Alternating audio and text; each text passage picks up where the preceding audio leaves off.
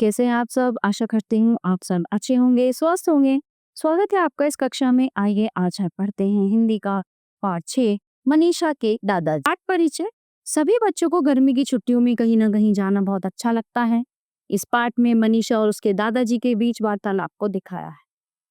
मनीषा हर साल गर्मी प्रतिवर्ष यानी कि हर साल गर्मी की छुट्टियों में अपने दादाजी के पास उनके गांव जाती थी। इस बार भी उसके पिताजी उसे दादाजी के गांव ले गए।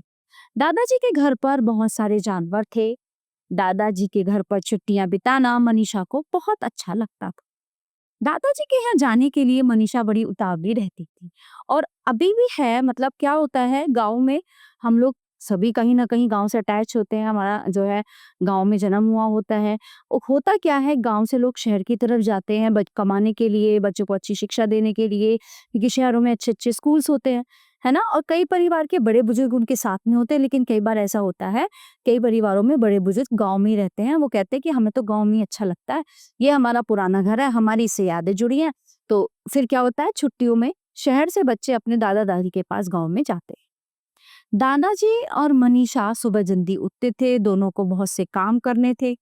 दादाजी गाय का दूध दूहते थे तो मनीषा गाय को चारा देती। मनीषा को मुर्गियां अच्छी लगती थी।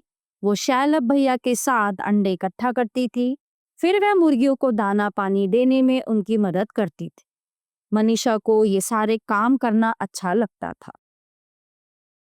जब तक दादाजी नाश्ता बनाते, मनीषा मेज पर प्लेटें लगाती।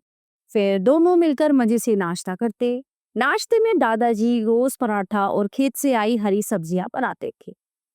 उनका कहना था कि हरी सब्जी में बहुत ताकत होती है। दादाजी खेतों की तरफ चले जाते और मनीषा खेलती रही।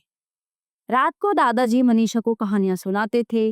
पूरा दिन कैसे मजे मजे में निकल जाता पता ही नहीं चलता था। एक दिन दादाजी को बुखार आ गया।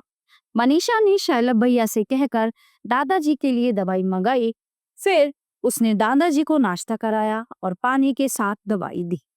दवाई खाकर जब दादाजी काम के लिए निकलने लगे तो मनीषा बोली, दादाजी आप काम की चिंता बिल्कुल ना करें, आज सारे काम मैं करूं।